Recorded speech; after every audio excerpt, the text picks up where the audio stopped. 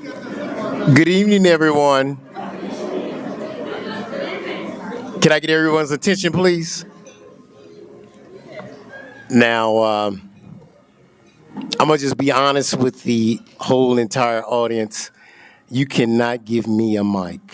Tara and Pat, they've truly messed up. But no, we're gonna have a good time. We're gonna have a good time this evening.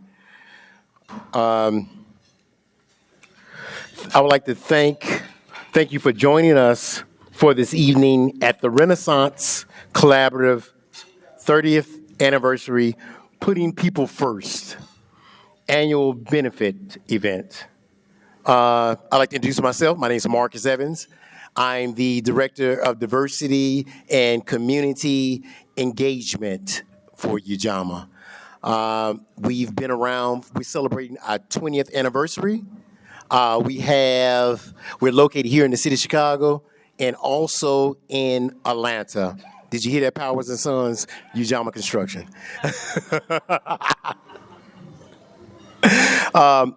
Today, I'm really filling in for Todd Presley. He serves on the board for the Wabash YMCA, and he gave me a call, and I think he consulted with Jimmy. We also have Jimmy Akatande, the president and CEO of UJAMA. He consulted and he said, I guess we will let Marcus get in front of everyone and be a part of this event. Todd, I'm gonna make sure we have a hook to pull him off the stage. So he has the hook to pull me at any time of the night. But before we begin tonight's award ceremony, we're gonna have Pastor Troy Venning from the Equin Chapel AME Church will lead us in prayer. Good evening. I'm the Reverend Troy K. Venning. I'm the senior pastor at Quinn Chapel African Methodist Episcopal Church. We hold the distinction of being Chicago's first African American congregation. Not only that, I am a member of the executive board at TRC. It's a real full circle moment for me as a member organization or one of those founding 7 churches to sit here as a pastor. I grew up at Quinn Chapel, and my mother was on the original executive board with Miss Abrams. And so we celebrate Miss Abrams and all of her work, and I'm grateful that you all have decided to come hang out with us today as we do the heavy lifting. That's really what this is about. It's about us being able to support a ministry that reaches down and picks people up. We need that more than ever these days, that we need a ministry that would lift people all the way up into spaces that they can become who it is that God had called them to be. And so my prayer is that God gives you some joy tonight, that God shows you something you didn't know that was possible, and gives you an avenue into seeing some of the great work that's happening here at the Renaissance Collaborative. My responsibility standing before you today or sitting here is to pray. And so let's do that. Won't you join me? Let's pray. God, we love you, we honor and adore you, we bless you, we magnify your holy name. We thank you, God, for this moment, this day, this hour, for this opportunity that we have tonight to come to this gala, to celebrate what it is that you've done over the last year and to chart a course towards next. That, God, you would allow for this ministry to continue to thrive and to grow. And God, that you would allow that each person that's touched today in ways that would deepen their relationship with you. And as they're touched, God, my prayer is that you would allow them and remind them to be ready, that no matter what the call is by you, God, that we would be ready to go. That we wouldn't be like Moses and declare how many shortcomings and shortfalls we have, but God, that we would be like Moses and go ahead and do it anyway. That God, you've provided everything that we need, and so we're asking God for divine connection, divine opportunity, divine operation, that we would be able to use all of our gifts to help to eradicate homelessness, to give people another chance, to allow in the future for grandparents to raise their grandchildren in a safe space. God, that you would bring us all together to do all of that work. Now, God, bless this evening. Bless our time together and have your way. It's in Jesus' name we pray. Amen. Hey, enjoy yourselves and look forward to seeing you soon. All right. Thank you, Pastor. Now I'm going to give a brief history about the Renaissance Collaborative. Today we gather to celebrate the Renaissance Collaborative, aka TRC. TRC was founded in 1992 when 4 historic black churches formed a coalition to save buildings, the building you're currently sitting in now. The building was the heart of culture and economic progress for African Americans for over half a century and is hailed as the birthplace of Black History Month. After years of despair, the city had slated this building for demolition, but God, and it worked nearly a decade for the church leadership to raise the $10.6 million to restore the building. It reopened in 2000 as the Renaissance Apartments and has since turned into the beacon of hope and formerly homeless adults who live in the apartments upstairs. TRC started its workforce training program to help residents and community members obtain and maintain employment. And in 2010, TRC opened Senior Village Number 1. And in 2010, its response to needs voiced by the community. That's why we all here, for the community. I like that whole structure when we sit down and we think about putting people first. That's why we all here. For TRC's 30th anniversary, we're about to look back at a shortened version of the promotional video created in 2003. Even though nearly 20 years has passed since TRC mission and values have largely stayed the same, and the core message is relevant today as it has ever been. I'm standing behind what used to be CHA properties. As you can see, it has been totally destroyed, as well as other CHA properties in the Bronzeville area. Bronzeville now is being redeveloped at an alarming rate. However, most of the redevelopment is occurring for upper and middle income individuals. This has meant that people who used to live in what was considered affordable housing are no longer residents of Bronzeville. By ensuring that affordable housing is a part of the mix, we will make sure that former homeless individuals as well as families are able to call Bronzeville their home. Here we had a boarded up, dilapidated building that was an eyesore. Not only will we restore that building, but we will also restore it in a way that it can serve hundreds and hundreds and thousands of people through the years. Housing is an important issue in our community today. We see along the State Street corridor how many of our housing units have been lost. And yet it becomes a real issue of justice to see to it that housing is replaced, and not simply housing, but affordable housing for members of our community. TRC, when it's successful, brings about, again, a whole lineup of services that people heretofore did not have in the community. Or we help individuals design their service plans for their own life, and we support them in terms of them being able to achieve those plans. TRC has helped me in having a place that I could call my own, somewhere where I could stick my key in and say that this is my house. Since I've been working, I bought a car. I have a bank account. Before I was on SSI, Supplementary Security Income. Since then, I've almost been cut to zero from receiving Social Security because I make enough money now to save some and to support myself. This is not a hand-out sort of a program. It is a hand-up initiative. In its first development initiative, TRC had to raise nearly $11 million to restore a historic landmark, but also to provide 101 units of affordable housing for otherwise homeless individuals. In our next project, we know that affordable housing, in order to develop affordable housing, it will take much monies and funds from many contributors. All companies, all minority companies particularly, should feel that they have a vested interest in the community, and they should provide their services and their time and their resources to other minority organizations so that we can build a better community. It's a great way for corporations to invest their dollars if we want to see change. When you bring together people of different gifts and different abilities and different talents, and you create together a vision of what can be, you can take something that is a problem and turn it into a fantastic solution.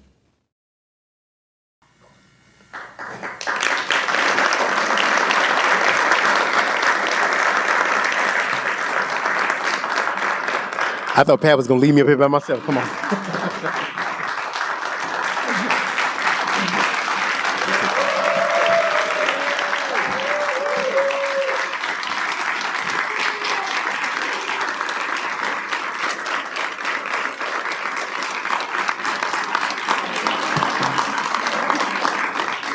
I'm up here, can barely see, and you guys are standing up applauding. Let me just take a moment first to thank our many sponsors who continue to support us annually so that the work of TRC can continue. I'd like to thank CIBC as a platinum sponsor. Our gold sponsors this year are ComEd, Powers and Sons Construction, and U.S. Bank. Our silver sponsors are Apostolic Faith Church, Citibank, Carew and Manny Foundation, Midwest Family Community Resources, Pierce Family Foundation, Quint Chapel AME, Republic Service, and St. Thomas Episcopal. Our bronze sponsors for this year are Applegate, Bernstein Alliance, Blue Cross Blue Shield of Illinois, CCLF, Elevate Energy, Ernest Sawyer Enterprise, Full Armor Protection Group, GBG, and MG Media, which is Carl West, Moody Nolan, Network It Easy, Our Lady of Africa Parish, and Seaway Bank. I'd also like to thank the Board of Directors and the staff for making this event such a success. Of course, none of our work would have been possible without the support of every one of you in this room. And now,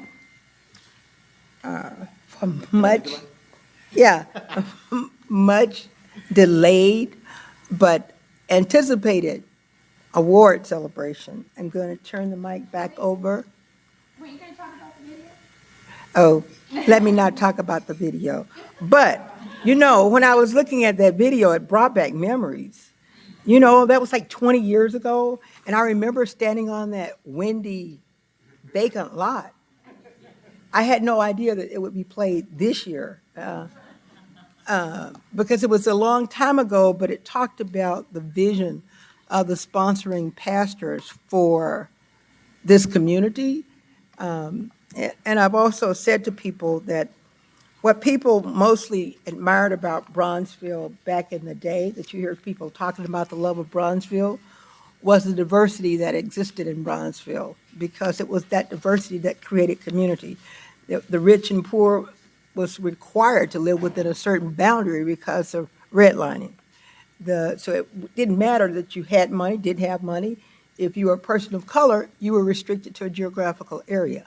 So we know that that can work, and that's the culture of Bronzeville was started from that base. It wasn't started from moving people out and only having a select few people who can afford Bronzeville live in Bronzeville, because I think you miss the culture when you do that. You miss what was the secret sauce, as they said, that made Bronzeville Bronzeville. So the pastors, when we met, we were all clear that Bronzeville could be Bronzeville, and we had noticed that there were lots of new homes going up.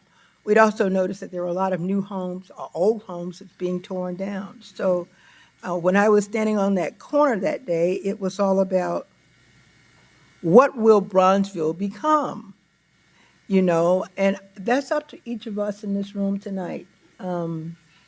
if we forget what Bronzeville was back then, we'll never recreate it. And you know, everybody has been trying to recreate what Bronzeville was. But the secret sauce was the people. And it was the diversity of the people. It's not just one kind of people, a person, or people with income, it was a diverse range of people. And so when we saw the new developments going up in Bronzeville, we were delighted, but we didn't want to lose the old, what made Bronzeville special. So we, as a group of churches, decided we would focus on the affordable housing angle.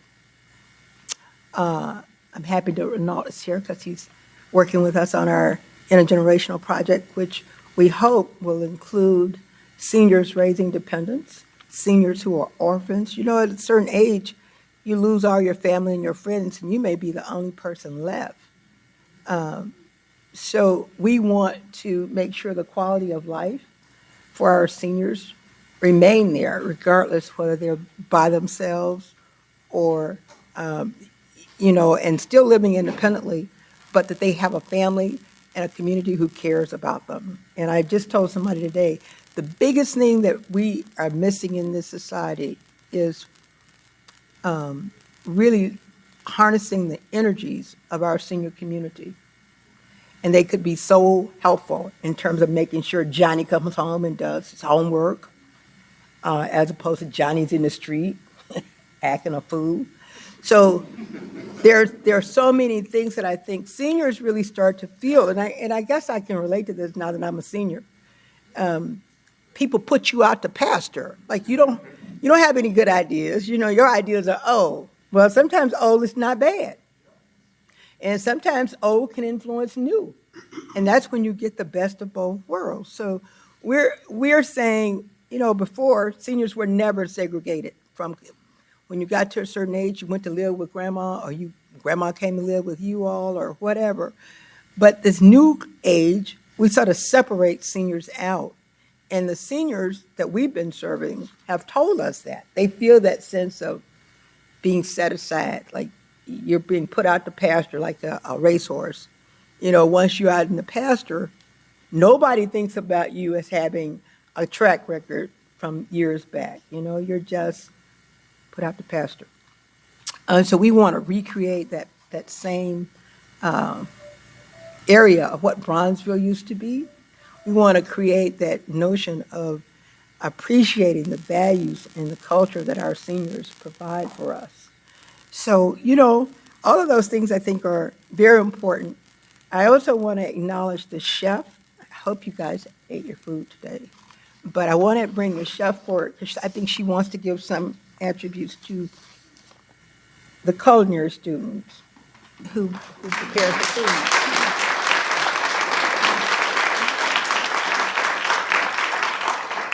Hello, everyone. Thank you so much for being here tonight. And I just want to acknowledge and thank my culinary and hospitality class behind you all that served you all tonight. They helped prepare all the food that you ate. They have been going through 9 weeks of training with me, which I will tell you is not the easiest thing that there is to have. But to learn basic culinary and hospitality skills because of Ms. Abrams and the TRC program to help them get into a new career, whatever their background may be or reason is that they need to change. And it's a great program that we have for them, and they graduate with a license. So I just wanted to acknowledge the hard work that they put in for you guys tonight and all that good work.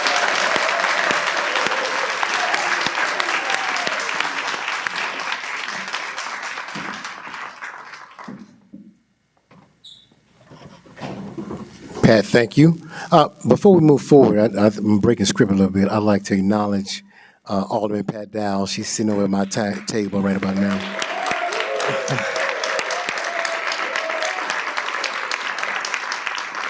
And any other politicians that are here in the audience today?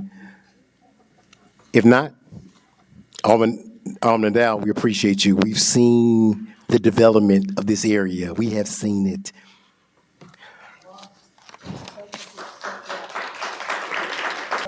Well, State Rep, you on the program.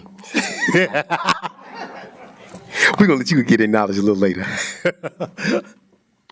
But moving forward, and now much anticipated award ceremony, each of the honorees tonight have assisted TRC in some way over the past 30 years. The first award we're giving tonight is the Bridge Builders Award. I invite last year's Bridge Builders Award honoree up to the podium to introduce this year's honoree.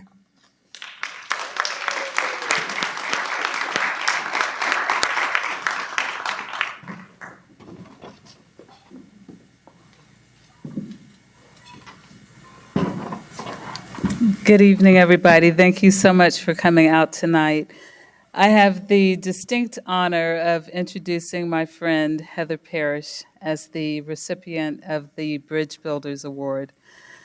I didn't really take notes. I'm still sort of dusting off the cobwebs from this whole COVID experience, but this one is kind of an easy one for me because I have known Heather since I believe somewhere around 2001 or 2003, where she was a bridge for me. I was referred to her by a mutual friend, another awesome Black woman who knew what I was going through as I was trying to find my way and what I wanted to do. And she said, "You need to talk to Heather." And Heather made herself available to me. She is a kind-hearted, open, giving person.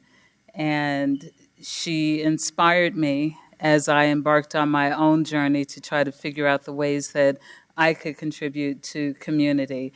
And it's funny now looking back on the past and how long ago that was. We were like 13, maybe she was 17. Okay, I was 30-something, and I have no idea, honestly, whether Heather is younger or older, because for me, when it comes to seeking advice and receiving advice, it is the spirit that draws me, and it is Heather's spirit that draws me. And as I was speaking with her cousins tonight at the table, sort of describing a mix of Heather and a mix of my own cousin, we were unanimous in the way that we feel about these women who have been special to us as Heather has been. You've got the program and it runs down the resume, but what I would like to share with you is the woman between the lines and how giving she is and how worthy she is of this award tonight. She has been consistent, she's been committed, she's been focused on community, and for the 17 years or so that she was working independently as a consultant, that's what it was all about for her. And I remember maybe within a year or two after she and I met, I found myself in her presence again as I was working with the Renaissance Collaborative on its board. And she was equally giving, and that's what she does. And it's wonderful to see people that you're close to expand in their careers and their positions and all of that. But Heather has been consistent. Regardless of where she goes, it is that caring and it is that commitment that makes her an easy choice for TRC's Bridge Builder Award. I am going to read one thing because Tara thankfully put it in humongous print. This award that Heather is receiving tonight is presented to an honoree who exemplifies outstanding leadership in the revitalization of communities in the city of Chicago and exhibits a commitment that inspires us to have impact in the world. Heather, thank you for your inspiration in my life personally. Everybody, please give it up for Heather Parrish.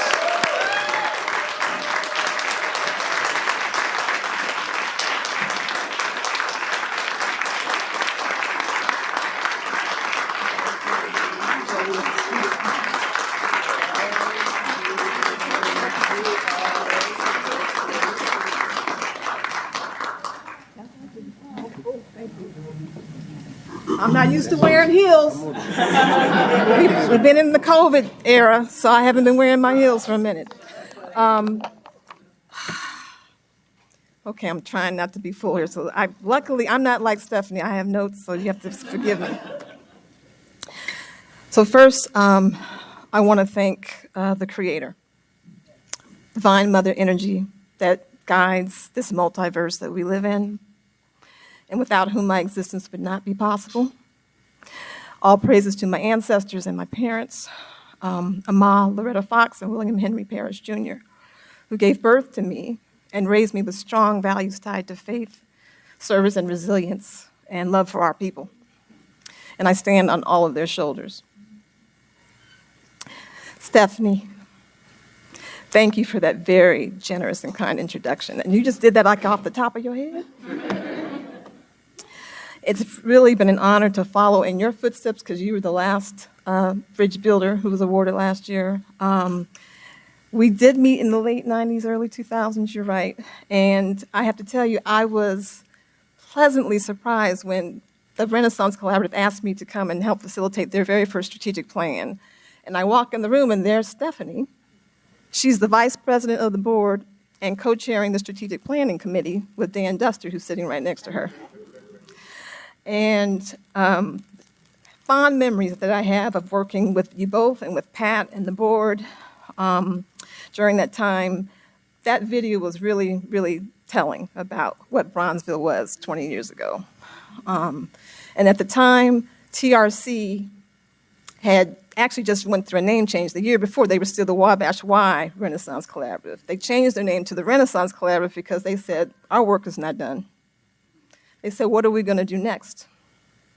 And so that's how I got involved to help them with their first strategic plan. And Stephanie, I can't thank you enough for that introduction and just knowing you and being a friend and a comrade and a sister all these years. So thank you very much. I'm sending much love and profound gratitude to the Renaissance Collaborative and its executive director, Pat Abrams, for choosing to honor me with this year's Bridge Builder Award. It's a very humbling experience, and it's such a high honor to be celebrated and lifted up by my community and to celebrate with all of you. I want to also extend my heartfelt congratulations to Carl West and Philip Johnson for the awards that they are receiving tonight. You both have done and continue to be engaged in work that is building our community, both literally and metaphorically. And I am grateful to be standing alongside with you this evening. So in preparing my remarks tonight, I have to admit, I went down a rabbit hole. I was trying to figure out it was so long ago, and I had to remind myself of all the things that were going on in Bronzeville at the time. That video was really, I'm telling you, it was showing what was going on. And there was a 30-year plan that the city had done on behalf of the Mid-South Planning Group that was done by Wendell Campbell and Associates around a comprehensive land use plan. It was called Restoring Bronzeville. And a lot of that work has come to fruition with us, alongside, and sometimes with people coming in trying to do that work. So anyway, that was the time that we were working in. And so this rabbit hole, I just started having all these memories of what was going on. And when I came out from the rabbit hole, I realized that there was no way I was going to describe everything and fully convey the richness of my life's work and journey here in Bronzeville and with TRC. But I do want to say that I have been really blessed to be in positions and to have access to resources, and that I was able to extend to TRC in the name of bridge building as a community development consultant who worked alongside with them and their board. And I want to acknowledge Mr. Clarence Wood is here. His wife, Joan Wood, was the first board chair and was working with them at the time, and I'm just really honored for you to be here, so thank you.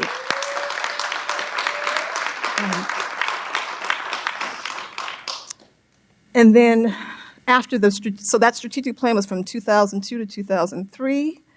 And I looked at the plan before I came, and I was like, they did everything they said they were going to do in that plan. I mean, it's been 20 years, obviously, so you've got time, but still, in our communities, it takes a long time to do community development sometimes. It takes a long time because of historic redlining and bias and things that happen where they're steering dollars away from us. But they stuck in there. When you see the name resiliency in the dictionary, you see Pat Abrams and TRC, because they really have they've hung in there. And so I really wanted to say, everything that you hear about with the workforce development, the senior village, the intergenerational housing, all that, they planted seeds around that back then. So I'm really grateful to see that they've been doing that work.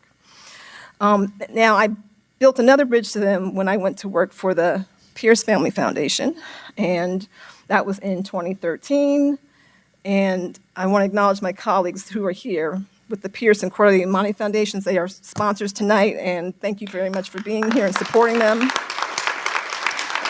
So Marianne Philbin and Pete and Laura Villum are here. When Pierce, they started doing work around trying to get more organizations on the South Side to get resources. And the Pierce Family and Cordelia Imani Foundations have a history of doing philanthropy to support organizations that support people experiencing homelessness and provide supportive housing and affordable housing. So when I went to work for them and I saw their portfolio, I saw TRC wasn't there. And I'm like, we're gonna have to change that. So I invited them to submit an application for funding, and for the last several years, those organizations have been supporting them. And I'm proud that we played a role in helping them with their organizational resiliency and all the work that they've been putting forth. So thank you. And Dennis and Martha Pierce, who are founders of the Pierce Foundation, they're not here, but want to lift them up as well for all the support that they've been doing. And then I want to also thank my current foundation employer, which is the Albert Pick Jr. Fund. I was at the Pierce Foundation for 9 years, and then in March of this year, I went to work for Albert Pick, and they contributed toward tonight's gala as well. And I want to acknowledge my board president, Shelley Davis, who's here. She's with the Coleman Foundation. She's also a Bronzeville resident. And so I wanted to thank her for being here tonight. Our board treasurer, Claire Gola, was supposed to be here, but she sent Sephora instead with Bernstein. They also are a sponsor tonight, and I want to thank her for their support as well.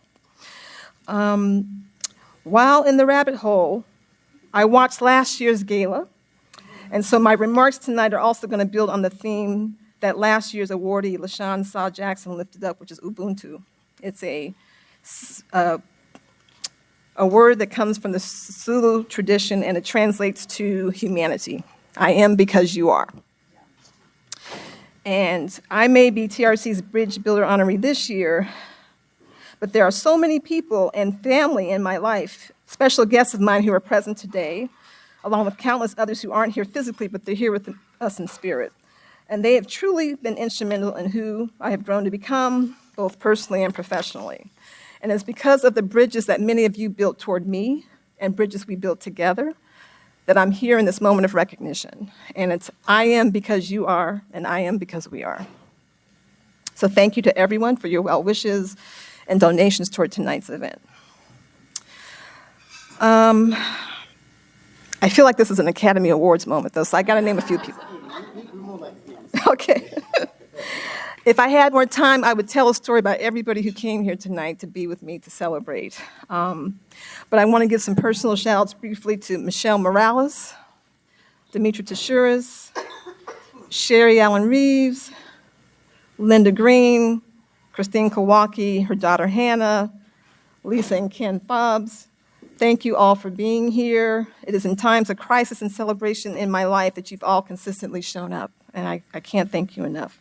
There were 5 others who, for a variety of reasons, could not be here tonight, and they had to kind of cancel at the last minute, understandably.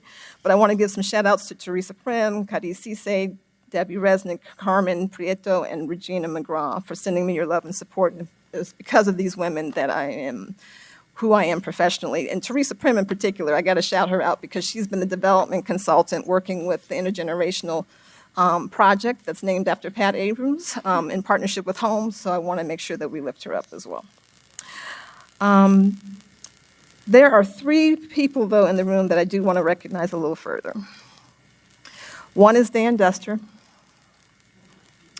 My connections to Dan and his family predates our work with TRC, and it starts with his Uncle Troy, who was one of my mentors while I was in college at UC Berkeley. And back in 1994, when I told Troy that I was moving to Chicago to take a job, I remember him saying, "Oh, I think I need to tell you more about who I am. And you need to meet my family." And until then, the Dusters, they're humble. They don't always talk about what they do. But until then, I had no idea about his deep roots here in Chicago and the fact that he was the grandson of Ida B. Wells. No clue. He never mentioned it until I decided to move to Chicago. And so he said I had to meet his family, which I did. As soon as I got here, they extended me a warm welcome. And I want to give a special shout out to Dan's sister, Michelle, as well as his mother, Maxine, for reaching out to me in sisterhood during those early years in particular. And Dan and I have remained connected through work and other things over the years. I just want to thank you for representing the Duster family, for one, and being here, staying committed to TRC's work, and then also just all of the social justice activism and the history that you bring with everything that you do and carrying your family's legacy. So thank you. Much love to you, too. And I also have to recognize my cousins, one of them who's got this thing shown in my face right now. She's taping, so thank you.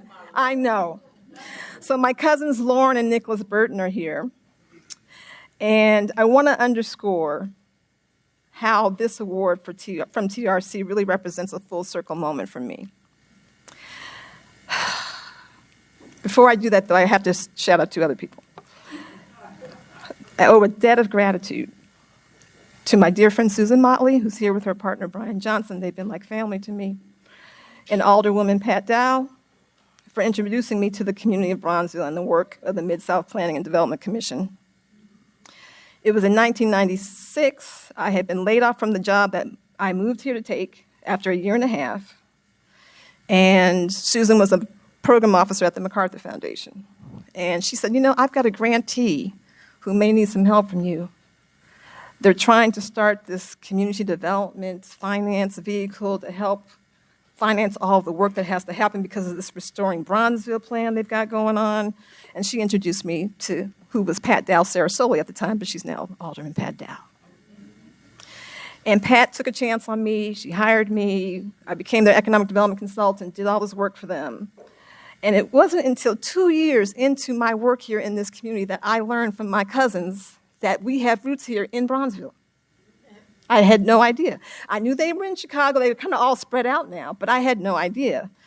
And so finally, my cousins told me, well, first I should say this. My grandmother on my dad's side is one of 13, and they're from Memphis. And 3 of her siblings came here during, I think, the end of the first, probably close to the second Great Migration when it was starting. And they settled here in Chicago. And between the 3 of them, my Aunt Callie, my Aunt Hazel, and my Uncle Gus, they had 21 children. All my dad's first cousins, one of whom is her mother. And they all raised their families in the Ida B. Wells homes. I did not know. So this is really a full circle moment for me. And then they all talk about how they used to come here to learn how to swim. And everybody I know, no matter who you are, if you're black in Chicago and had any connection to Bronzeville, you came to the Y to learn how to swim. And so, and I want to lift up my cousin Nicholas, too. He's sitting right there. He is a proud graduate of the Bronzeville Military Academy. They grew up here as well. He works down the street at the Advocate Sykes Hospital or Healthcare Center, so still has connections here.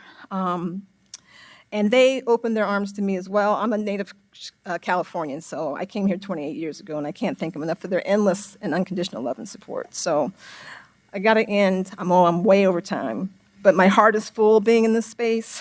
There are so many of our ancestors who paved the way for us to be here today, who lived and spent time here in this building, creating new lives for themselves after fleeing from the South, and who laid the foundation for the community that we know as Bronzeville today.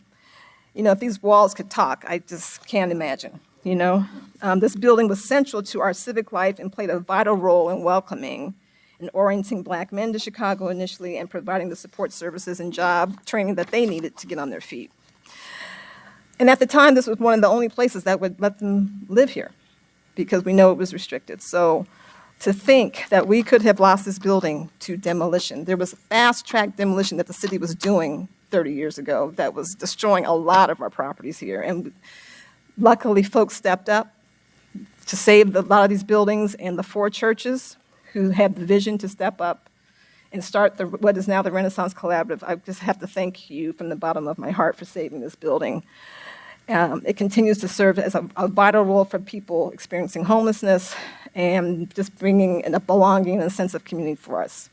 It's a true demonstration of putting people first in the theme of this year's gala. So thank you again for this honor.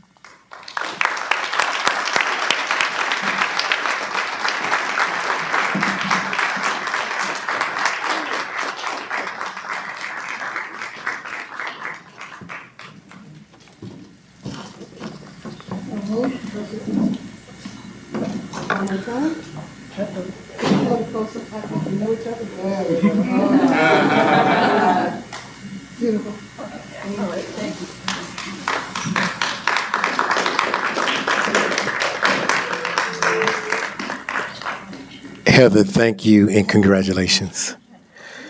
Next, I'd like to call Renald Mitchell here to do the introduction for the Cornerstone Award.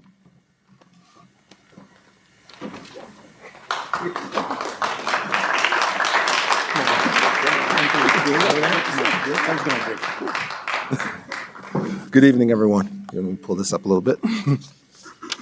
All right, so see, Heather, you just opened some good times for me. So I'm about to go off script for a second. So just being in this place, being a kid who split time between Stateway Gardens and Ida B, low rise. Growing up, 504 East, 37th place, 3615 Federal, 17th floor.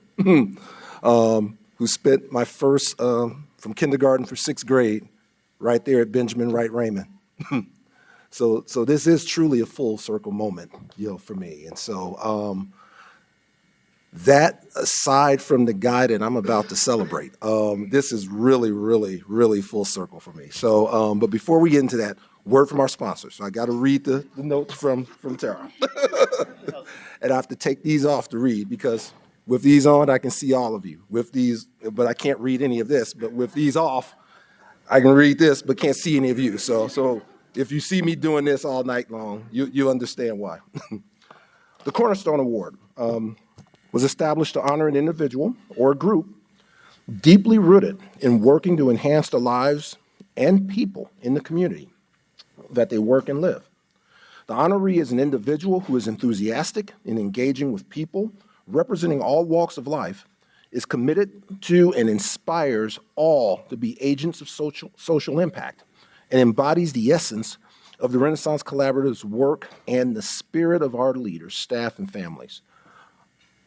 Philip Craig Johnson, and certainly without parallel, fits that description.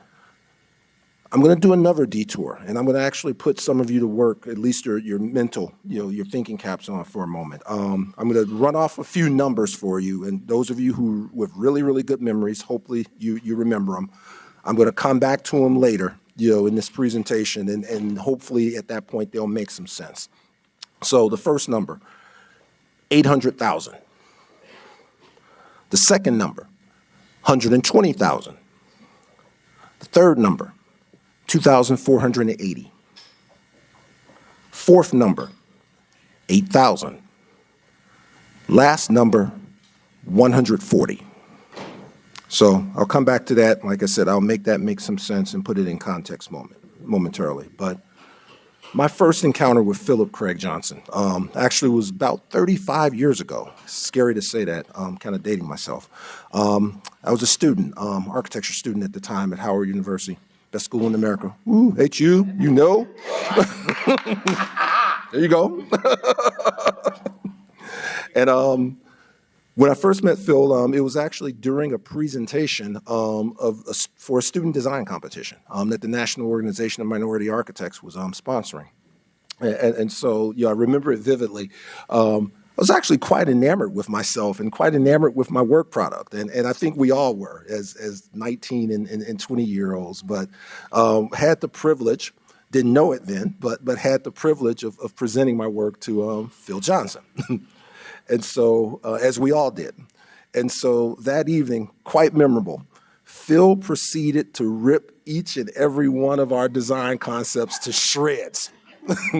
All 20 of us that presented that evening. I mean, talk about feathers flopping, because like I said, I felt pretty good about my, my stuff that I pinned up that night. But this is the part that stuck. So afterwards, Phil called us all together and actually then told us that he was actually quite pleased with and quite impressed with the work that we produced. But the reason that he was critical of our work constructively, but firmly, was that he wanted to prepare us for what was to come. Let's go back to these numbers for a second. 800,000. It's the number of licensed architects that have actually lived in the United States since America and the states have actually sanctioned the practice of architecture. 120,000, that second number. It's the number of current licensed architects in these United States, all 50 states and the territories. 2,480, the number of African American architects in these United States currently. Less than 2% of the current number. 8,000 architects throughout the 165-year history of the American Institute of Architects have been elevated to its College of Fellows, which is the highest honor that our profession bestows upon a practitioner. 140 of those individuals are Black. Philip Craig Johnson was number 36 of those 140.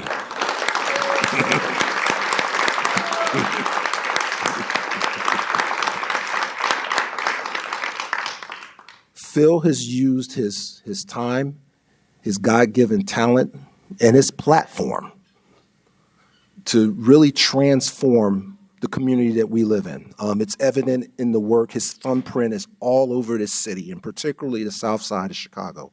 The work that he's done, with Pat and with TRC, Senior Village 1.0, as I like to call it.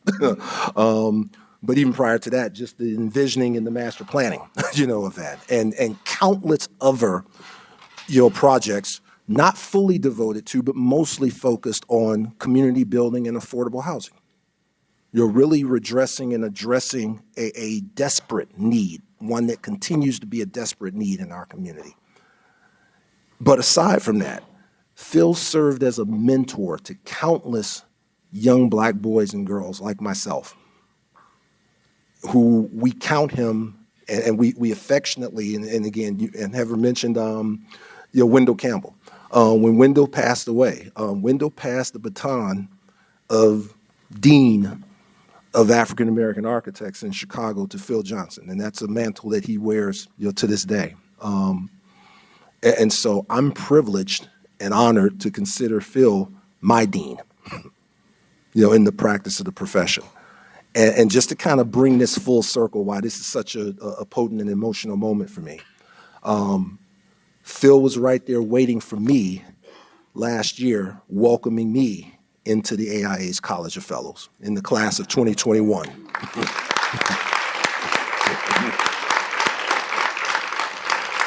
The same snotty-nosed kid that, 30 some odd years ago, was quite full of himself and felt, quite enamored with his work product that Phil, needed to correct, but correct in love and correct to prepare me for what many of you in this room know. I'll say this, lovingly for my Caucasian, brothers and sisters in the room.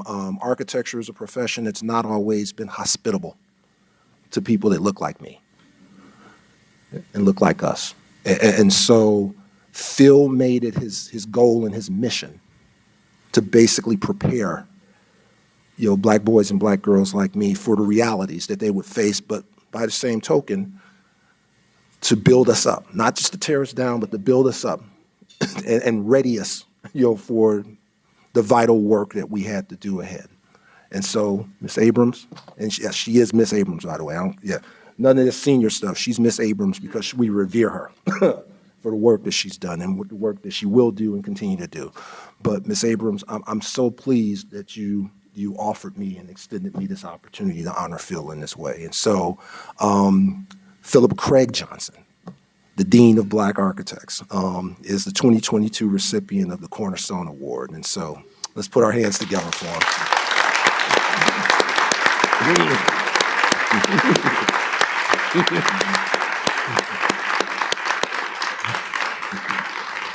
Now, unfortunately, Phil couldn't be here this evening, and I'll tease him. The old dude had a wheel replaced, AKA a knee replacement, actually. Had surgery a week ago Friday. And so, as much as he would love to be here with you, wasn't able to be here. But about to come up and accept this prestigious honor on his behalf is longtime friend, Jerome Wade. And so, Mr. Wade, come to the stage.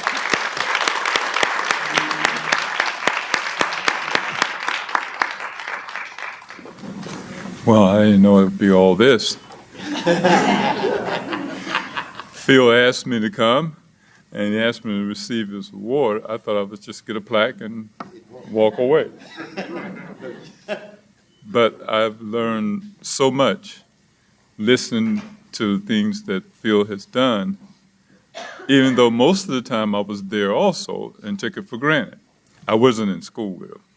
I'm a builder, and he's my architect. And we have sat down many times to come up with things that I needed to have done, and he's encouraged me and told me what to do and what not to do. Most of the time, I just did what I wanted to do anyway. But as time went by, I learned to listen to him and to truly appreciate him. And it is true, I've seen so much, because my relationship with him has been, I don't want to say this, but more than 30 years. And he's really guided me in developing homes through, and right now through Bronzeville. And sometimes I listen to him, and now I understand him much better now than I did 30 years ago. I appreciate him so much now.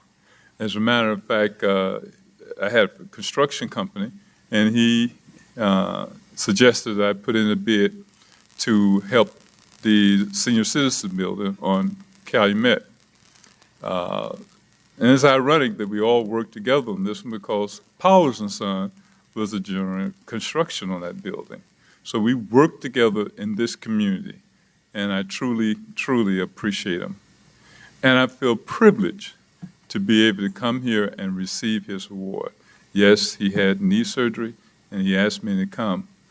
And I have all this to tell him that he would be proud if he was here. Thank you.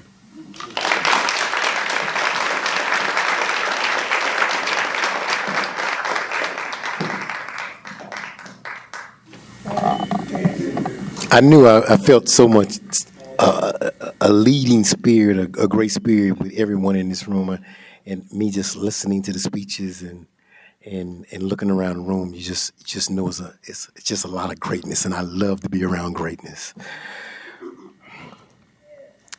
The next award is the Joanne Wood Award, and the Joan. You know what? You guys know I wear glasses. I couldn't find my glasses getting out the car. Could somebody bring their readers up to me right now? Because if I make another mistake, oh good, I'm glad my boss is gone. He didn't see the mistake. No. And I'm going to have Clarence Wood come up and do the introduction for this award. Thank you. Oh.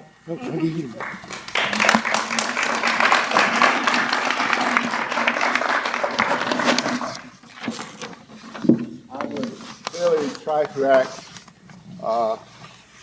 very masculine and crawl up. But then you would all have to act very medical and get me to the ambulance, and so I'm not going to do that. I am really pleased to be here tonight, and I'm going to take a few more minutes than I thought I would for two reasons. One, I am sitting here as a senior remembering that Conrad Worrell's daddy ran around this room, which meant little Conrad ran around this room. Ken Smith, a local minister who many of you might have known, ran around this room as a worker. But then I remember Carter Woodson ran around this room. And I look at all of what's going on, and I remember the numbers of times growing up in Birmingham, Alabama, when coming from the rafters of places like this up north, we sang Lift Every Voice and Sing on a regular basis because the existence of places like this was there to help us know that there was an opportunity and a chance.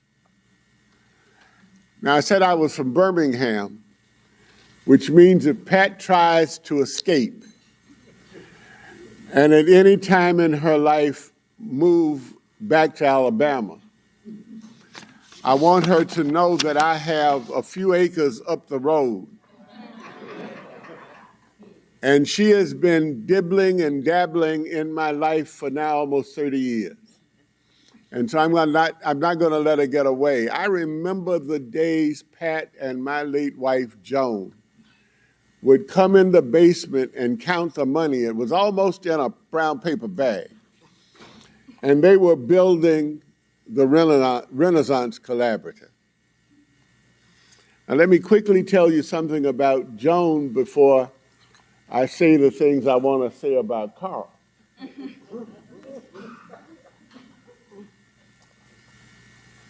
Joan was born in Jefferson City, Missouri.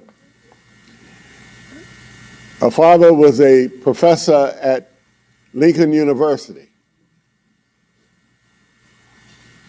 He was one of 3 black men who got their degrees from the University of Pennsylvania and went on to be fundamentally very great in this nation. One went on to be the head of Hampton, one went on to be the secretary of HUD, and Joan's father, the first black professor at Indiana University. Joan left Jefferson City and went to Wellesley to college. Wellesley then, in its attempt to be integrated, took 1 black woman a year. 1. And when she got on the train in St. Louis, dressed as young black women did those days, and if you all have any idea, if you're over 50, you realize you got dressed up to go on the train. And Joan was dressed up then, even to the point she had on a little hat. And when she got to Cleveland, the first of the white young ladies got on the train and looked at her and said, "Where are you going?" And she said, "To Wellesley." And the young white lady said, "How you going to Wellesley?" And Joan said, "Looks like on the train like you." And she graduated. And then she went to the University of Pennsylvania to the PR school, and then to Yale for the doctoral school. Now that's where Carl West and this life starts to tie up. Joan was in PR. She wrote the first report on black public housing in this nation that caused the destruction of Pruitt-Igoe in St. Louis. After the report, the folk read the report and they tore it down. Now there's a big arch. It was because the people had been housing people there inadequately and it was torn down. Carl West writes every day. In fact, Carl West wakes me up every morning telling me that he's telling the truth.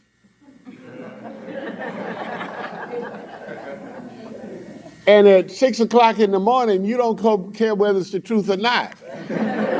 It's like, why is he bothering me? But Carl West also had a tutor. Carl West got hung up with Conrad Worrell. Now, I'm going to tell you my two stories about Conrad. When I came to Chicago to work for the Chicago Community Trust, Conrad called me up and said, I want some money. I said, you confused.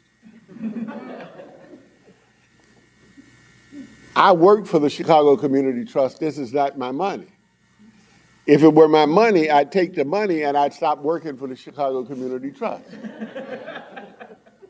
Conrad, in his usual way, told me what he thought, how he thought, why he thought, when he thought. And we both agreed that in a comfortable and polite way, we would say to each of us, he to me and me to him, go to hell. And so that ended our relationship for quite some time. And later on, Conrad and myself met in the Walgreens parking lot in Hyde Park. We reminded each other of what we had said,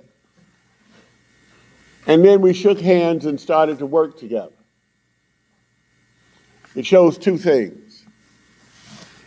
It shows that black folk have to find a way to overcome the differences, to build for the future. So then there's Carl, who writes and says things on a daily basis that some folk may not like. Notice I said some. That some of folk would prefer that it be done differently. But Carl keeps us reminded that in this town we need a voice that tells us what we need to hear, reminds us of the truths that we need to be aware of, and moves us and pushes us on to the next day. And he does it every day. Now, I do worry sometimes that he does not sleep. But I also worry sometimes that if he sleeps, what is he really saying in his head before he writes the paper? Carl also believes in bringing young people together and celebrating them so that there is a future, a time tomorrow, a world. Much like Joan did. I am reminded of all the crime in Chicago, all of what goes on in this town every evening. But I'm reminded also that at another time when this was going on, Joan woke me up one day and she called some more foundation folk and she said, all those kids in public housing are standing around on the streets with nothing to do. We need midnight basketball. And the next thing I knew, because she was not afraid, I was out marching up the steps in public housing to begin the conversation with folk about doing something with the young people in the streets. Joan did that. That's a Carl West kind of move. It is, we need to recognize people and give people opportunity and leadership. And so Carl continues in that way. And then Joan came here with Pat Abrams. They painted, They sanded floors. They fussed about the swimming pool. They talked about what could be done, what couldn't be done, how it could be done. And today, this place stands as a statement and a monument to Pat Abrams' consistent leadership. I say to Pat every year, she is the greatest Black nonprofit leader in this town.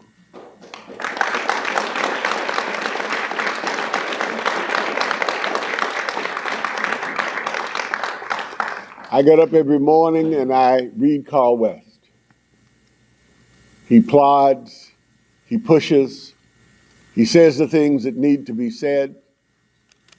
If you look in your books, if you read about him, he's got a page in there. It will tell you all of what I could read you, but I'm not. Because I would rather tell you that Carl has taken the mantle. He has kept the press alive in the Black community.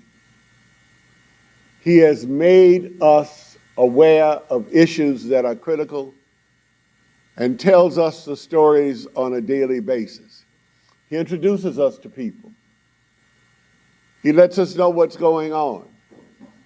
He reminds us that there are things to do. And so he is not just a writer. He's a leader. He makes a difference. He sends a message. And so join me as I am pleased to say to Carl West that he is deserving of the Joan Miller Wood Award.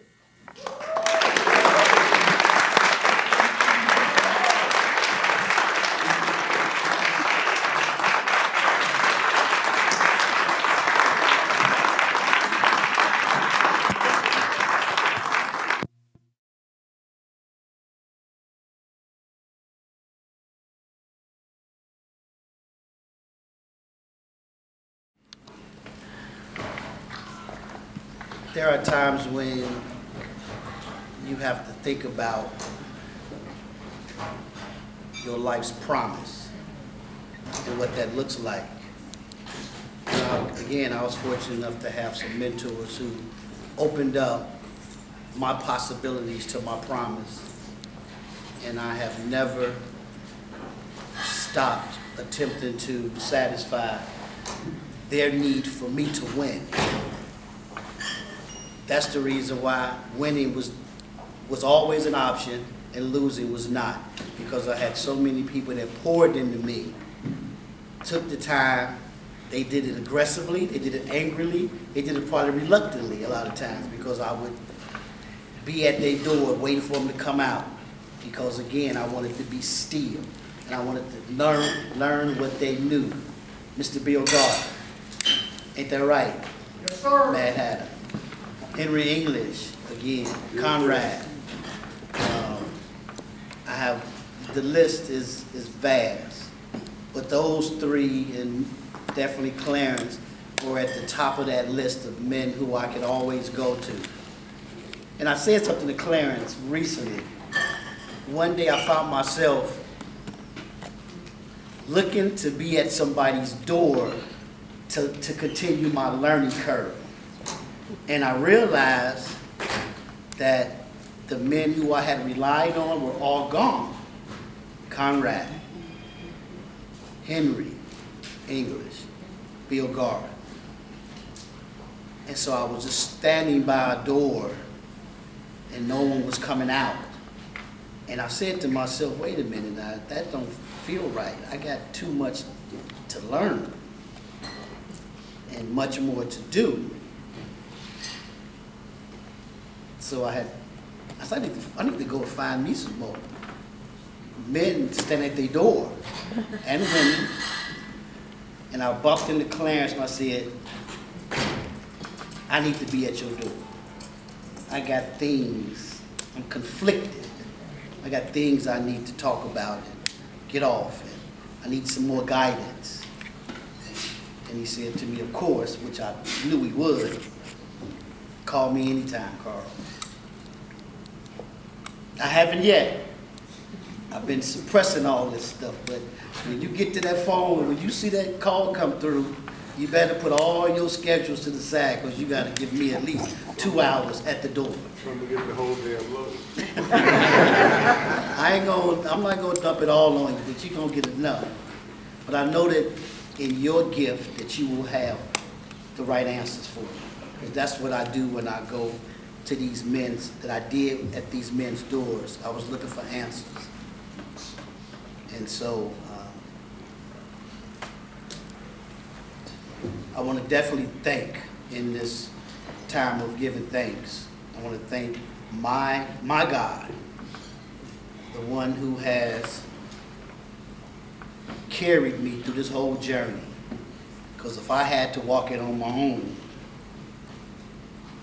I would have drowned in a sea full of sharks. And that's how I call my journey.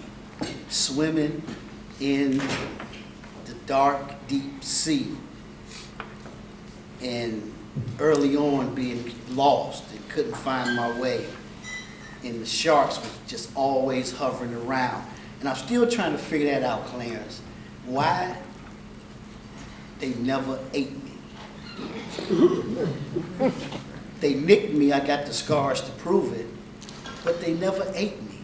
And they saw me lost, they saw me confused, and they saw me just in the dark, not even swimming, just floating. And I'm still puzzled about that. You're gonna help me find the answer, Clarence. I depend on you for that one. So,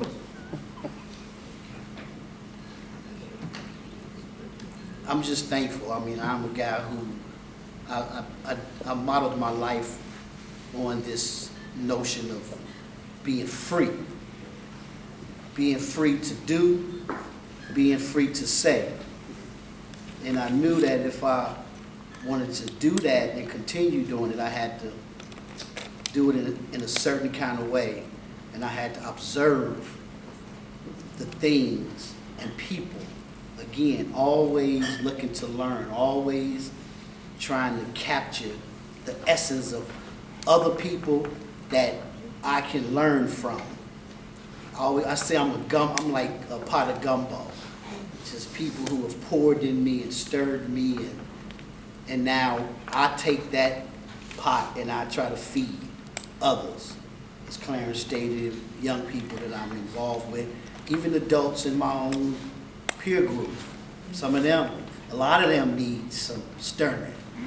They need some renewed direction. They need some damn courage. Okay? They need to understand their truth and what it looks like from which we came. Some of them forget that. And so as I received this prestigious award, the Joan Wood Award, thank you, Clarence, for gifting us with her and allowing, of course, TRC to utilize her name and her spirit to be delivered to me.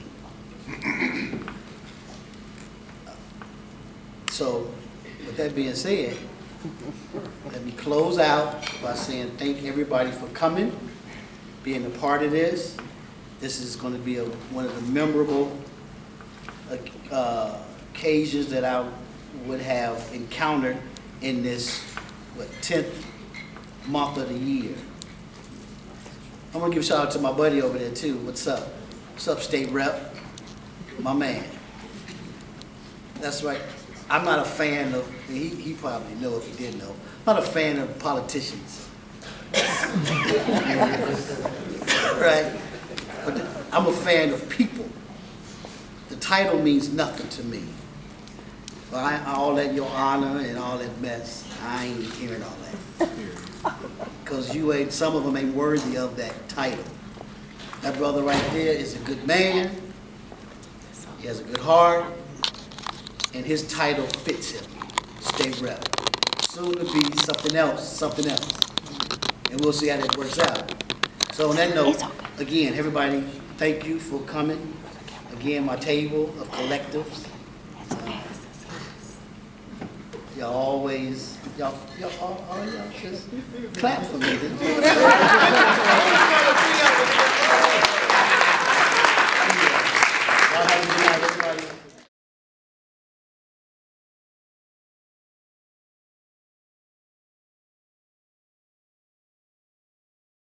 I didn't have a hard childhood. I can't tell you that.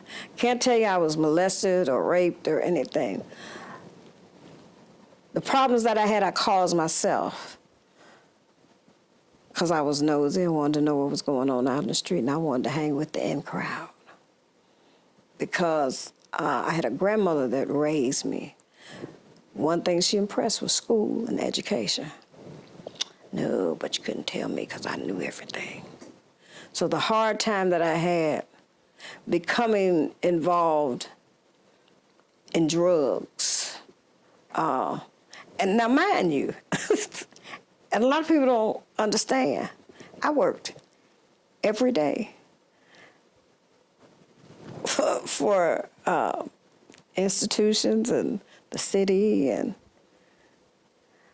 but those things get out of hand where you can't control them anymore. Where I thought I was controlling something, it began to control me. I was in an abyss that I didn't know how to come out of. I was on a merry-go-round that I didn't know how to get off of. Who could I go to? I don't have any biological sisters and brothers. My mother and father were not an integral part of my life, but my grandmother raised me. That woman who always said to me, I had a third-grade education. I wished I could go to school. You have everything available to you. She said, the only thing that no one can take away from you is knowledge. When I began to understand that, after being out on the street, because I thought she was old and didn't know what she was talking about, and that crowd out in the street does not love you. There's no love there, no matter what we may think or feel. I've been in some very dark places. But see, that was on the back end of that. But because I went to school, I graduated and had some college and all that. Learned how to speak properly. I learned how to sit properly. Learned how to present myself. Learned how to speak in an interview with you or someone else. But for some reason, somewhere, that wasn't clicking. That wasn't enough for me. So I ended up here because I no longer liked me. I could no longer stand to look at me. The next phase of my life is amazing to me. If anyone can understand this, I feel like I'm winning the Nobel Peace Prize. This accomplishment. See, first of all, coming here to TRC was a big accomplishment. First time I ever had my own house. I went from my grandmother's house to my husband's house to my second husband's house to in the street. So coming here, having a door to put my own key in and turn was fantastic. But as you know, we outgrow things. It served its purpose for me and I outgrew it. But I outgrew it in such a fantastic way. I had the opportunity, it was brought to me by my oldest daughter, who lives in Michigan. And she called me crying one day, because her and her supposed fiance were supposed to do this. Well, being the mother that I am, when I heard my child crying, I was like, what's wrong? I'm going to lose all this money I invested. I'm short. I need a few more dollars and blah, blah, blah. I said, Catrice, is this what you want? How can I help? Mama, I can't ask you. You're a senior citizen, and you get Social Security and disability, and you're... That's not what I ask you. I'm trying to be there for you like someone was there for me. Do you want this house? Lo and behold, My credit rating was the one that got us through. I was like, what? Because since I came to the Renaissance Collaborative, I've learned how to be responsible, consistent in what I needed to do to move forward in life. So my next journey, I'll be leaving TRC and I'm moving to Michigan. I'm no longer a homeless person. I'm no longer a SRO tenant. I'm a homeowner. Myself and my daughter bought a house. First of all, let me acknowledge those, because see, for me, TRC was a godsend. What'd you say, preacher? What God? But God. I got a shirt that says, I wear my shirts proudly because they mean something to me. But I'd like to take a moment to thank the people that were part of my life from TRC. Sometimes good, sometimes bad, but it was all worth it. Starting with Miss Patricia Abrams, Miss Wilma Dowdell, Miss Kathy Pilcher, Miss Tara Belzerzak, I hope I said that right. Miss Marie Flournoy, Miss Yvette Wilson, Miss Beverly Booker, who's no longer with us, Miss Felicia Franklin, who's no longer with us, Miss Brittany Long, Mr. Jimmy Richardson, Mr. Reginald Williams, all the desk clerk staff, and the maintenance and janitorial staff, because all those people played a part at some time, an integral part of me moving forward in the next step in my journey. When I found out I was going to speak, I was shocked. I was like, me? Y'all want me to talk? And then I learned that the topic was pearls. So I'd like you to walk with me for a few moments as I explain these pearls of wisdom, these gems of the sea. Pearls in the Bible are mentioned 9 times. 9. It illustrates the value of the kingdom of heaven. First mentioned in Job 28 and 18. Matthew 7 and 6. Matthew 13 and 45. 1 Timothy 2 and 9. Revelation 14 and 4. 18 and 12. 18 and 16. What Jesus says about pearls in the Bible is found in Matthew 7. That's where you get your spiritual meaning of pearls. It's wisdom, common sense, mother wit, something we cannot buy with education, but it's granted through the wisdom that is gained through the experience that the gems of life teach us. It's protection that offers us from time to time. And it's purity, it's integrity. It's those real simple things that don't cost you anything, but you can move forward in them and grasp hold and keep pressing your way. I'd just like to say that I couldn't be any more of a success than I am now, because were it not for TRC being in place. For me, I don't know about nobody else, but for me, it taught me how to be consistent in things that I do. It taught me honesty, integrity. And you might be looking at me and saying, well, she kind of old. Yes, I am. I stand before you today, 63 years old. And I want to thank God. Because when I tell you I've been in some dark places, I've been in some dark places. But that little building over there where we stay, that's an SRO.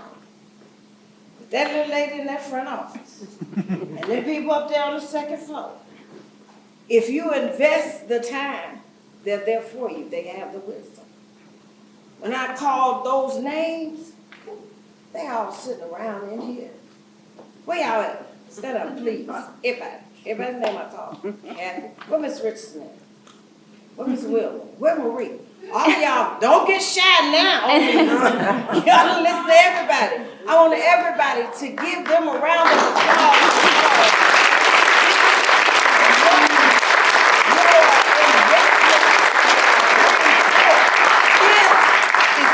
For those who want a chance in life, who want to experience something that's their own, they'll teach you how to do it because they're there for you.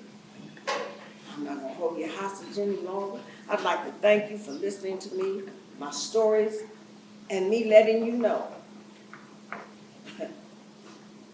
that I serve a great big old God. And he can do anything but fail. I asked Miss A, I went to her because, you know, I'm a student of the Bible. I ain't gonna tell you I'm no scholar, but I'm a student. I said, Miss A, can I mention this stuff about the Bible here? She said, yeah. I said, but I didn't want to offend nobody. She said, well, which church you think you're gonna offend since it's 4 of them? That's all I'm saying. I'd like to thank you all for being on the board. I'd like to thank you all for being here to give me a chance. That being said, let me say this just one more time. Y'all, they gave me a voice at TRC. And my voice says, the Renaissance Collaborative, Renee speaking. How may I direct your call?